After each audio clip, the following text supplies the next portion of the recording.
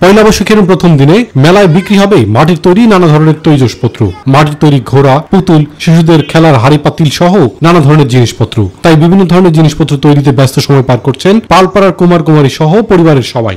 খেলনা বানাই, তা হলো কলসি, খুঁটি, ছোট ছোট জামা সামনে, পুতুল, ঘোড়া, বিভিন্ন ধরনের এটাই সংসার চলে। এটা আমার সাথে ছেলে মেয়ে পড়াশোনার পাশাপাশি থাকার সময়ে বড় মায়ের কাছে সাহায্য করি। পূর্বপুরুষদের ধারাবাহিকতায় চলতে থাকা এ পেশা আধুনিক যুগে এসে এখন অস্তিত্ব হারানোর শঙ্কায়। সরকারি সহযোগিতা না পেলে হারিয়ে যেতে পারে এই অঞ্চলের মৃৎশিল্প। ঐতিহ্যবাহী এই মৃৎশিল্প টিকিয়ে রাখতে সরকারি সহযোগিতা কামনা করেন মৃৎশিল্পীরা। সরকারি কোনো সহযোগিতা পাই না, সহযোগিতা পেলে ধরে রাখা সম্ভব। সরকারি সহযোগিতা পেলে সন্তানদের পড়ালেখা সহ পরিবার পরিজন নিয়ে ভালোমতো সংসার চালাতে পারবেন বলে জানান কুমারীরা।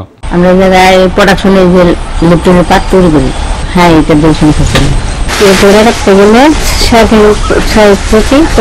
মৃৎশিল্প বাঁচিয়ে রাখতে সরকারি সহযোগিতা পাবেন এমনটাই প্রত্যাশা ইসলামপুরের পালপাড়ার কারিগরদের। ইলিয়াস কমল, মাই টিভি।